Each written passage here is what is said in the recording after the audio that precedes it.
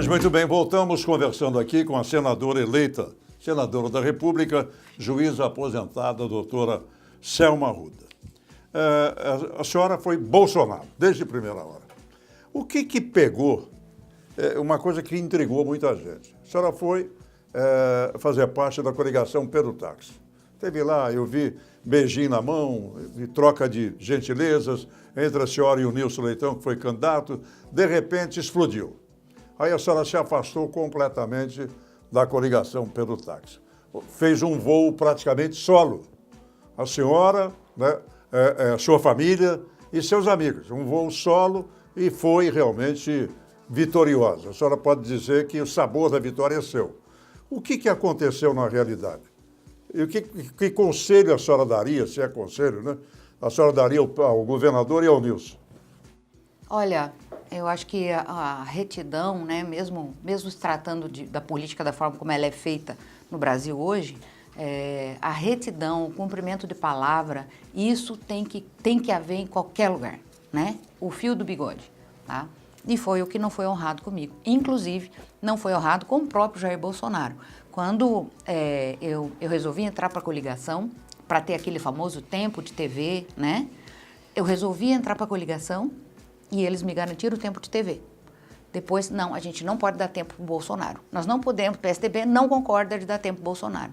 E simplesmente viraram as costas e me largaram para trás. Concomitantemente a este fato, vieram aquelas duas delações, né? Uma em seguida da outra. Tipo, alguns diazinhos assim de diferença uma da outra.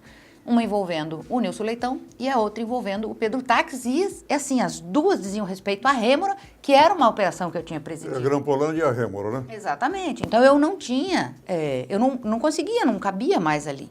Eu não cabia mais ali, né? Eu já estava me sentindo completamente, pior do que desconfortável. Eu estava, sabe, com um asco daquilo ali. E não consegui ficar, não consegui ficar. Aquilo contrariava tudo que eu sempre fui e tudo que, entendeu? Aquilo é como se eu me olhasse no espelho e não me conhecesse, né? Depois eu segui solo e foi completamente diferente. A campanha ficou leve, a campanha ficou gostosa, a campanha ficou quase festiva, né? Se não fossem as fake news. Mas não fiquei com aquele peso na minha consciência de estar pisando onde não devia. E a senhora surfou nessa onda do Bolsonaro? A senhora acredita que a sua ascensão, pela sua independência, né, pela sua maneira de ser, pela sua capacidade, conta muito, né? Mas 50% dessa contagem pode ser a onda Bolsonaro? Pode, Porque Bolsonaro, você vê, a senhora tem um colega, desde primeira hora aqui também, né, que saiu, foi em passeata, em carreata, o Nelson Barbudo. Quem esperava que o Nelson Barbudo, na simplicidade do interior, simplicidade interiorana, fizesse o maior número de votos que nós tivemos aqui, quase 130 mil votos. Que a legenda fizesse mais de 300 mil votos aqui no Mato Grosso. A que se deve isso? Como é que é uma onda no surf, uma onda de maré favorável? A senhora aproveitou? Não é aquilo de se aproveitar de propósito, né, de ser oportunista, não foi isso. Mas quando eu escolhi o PSL, e eu escolhi o PSL, eu já falei isso várias vezes, por causa das diretrizes dele, né, principalmente essa questão de ser liberal, de não ter essas amarras com o socialismo e tal.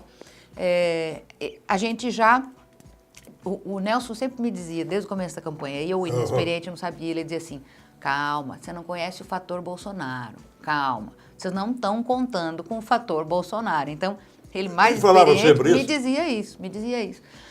Mas assim, o que eu ouvi muito das pessoas também foi que foi uma junção muito feliz. A juíza Selma, que já combateu a corrupção, que já prendeu gente corrupta, está exatamente no partido do homem, que é a pessoa hoje, um ícone, um mito, né? No Brasil, aí, uma pessoa que as pessoas esperam sinceramente e rogam que ele conserte essas coisas. Então, foi uma junção muito feliz dessas duas realidades aí. Então, hoje o Nelson Barbudo se dá o direito de dizer que ele é um dos maiores estrategistas políticos do Brasil. né, que quando ele alçou no visual, na visão, ele viu o Bolsonaro e viu no Bolsonaro um presidente da República. Né? Agora, a senhora tem, não são alegações, pelo contrário, a senhora foi para o PSL muito antes do Bolsonaro virar esse mito que virou. Exatamente. Então, a senhora foi realmente por convicções próprias. Né? Exatamente. O que mais a gente pode falar com relação a essa bandeira levantada pelo Bolsonaro? A senhora esteve recentemente com ele, não é? Hoje o PT, a oposição ao Bolsonaro, se alicerça no não comparecimento do Bolsonaro a debates. Bolsonaro é vazio assim? Ele não tem o que debater? É fuga realmente de debate ou é uma estratégia política? A gente esteve muito próximo, mas a gente não consegue nem tocar nele. Porque ele está com uma bolsa de colostomia, ele não está bem fisicamente, ele está andando com dificuldade. Então não é eu acho até uma crueldade falar que a pessoa não vai porque não quer, né? Ele não está usando isso como estratégia, ele está usando simplesmente porque os médicos não estão liberando. Ele está muito frágil ainda, muito frágil, né? Só aquela mania que homens têm quando se cumprimentam de dar aquele tapão nas costas, já pode causar um estrago muito, muito grande nele. Ele teve uma intervenção cirúrgica muito grave, né? Então, eu não acredito que seja estratégia, não. Até porque ele compareceu com a gente, ele participou de uma reunião com os eleitos ali, assim, cumprimentava as pessoas, mas o pedido que foi feito antes do início da reunião não se aproxima dele fisicamente, porque... É bom, seja bem-vindo, mas a 5 metros de distância.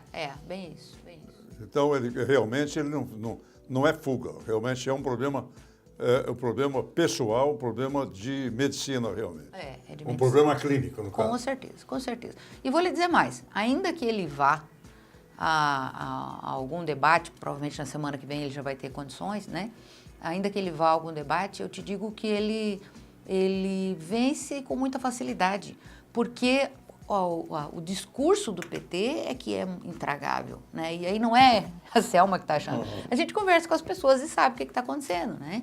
Então, não precisa fugir de um discurso daqueles, fugir de um debate daquele naipe. Agora, é bom, doutora Selma, senadora Selma, o ele ou nós? Nós não vamos dividir mais o país? Essa polarização é um pouco preocupante, né? É um pouco preocupante.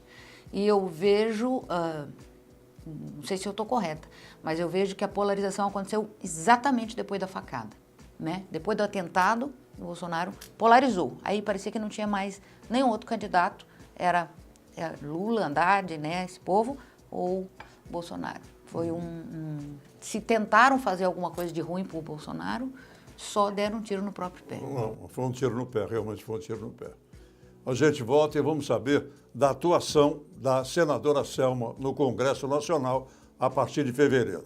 Até já.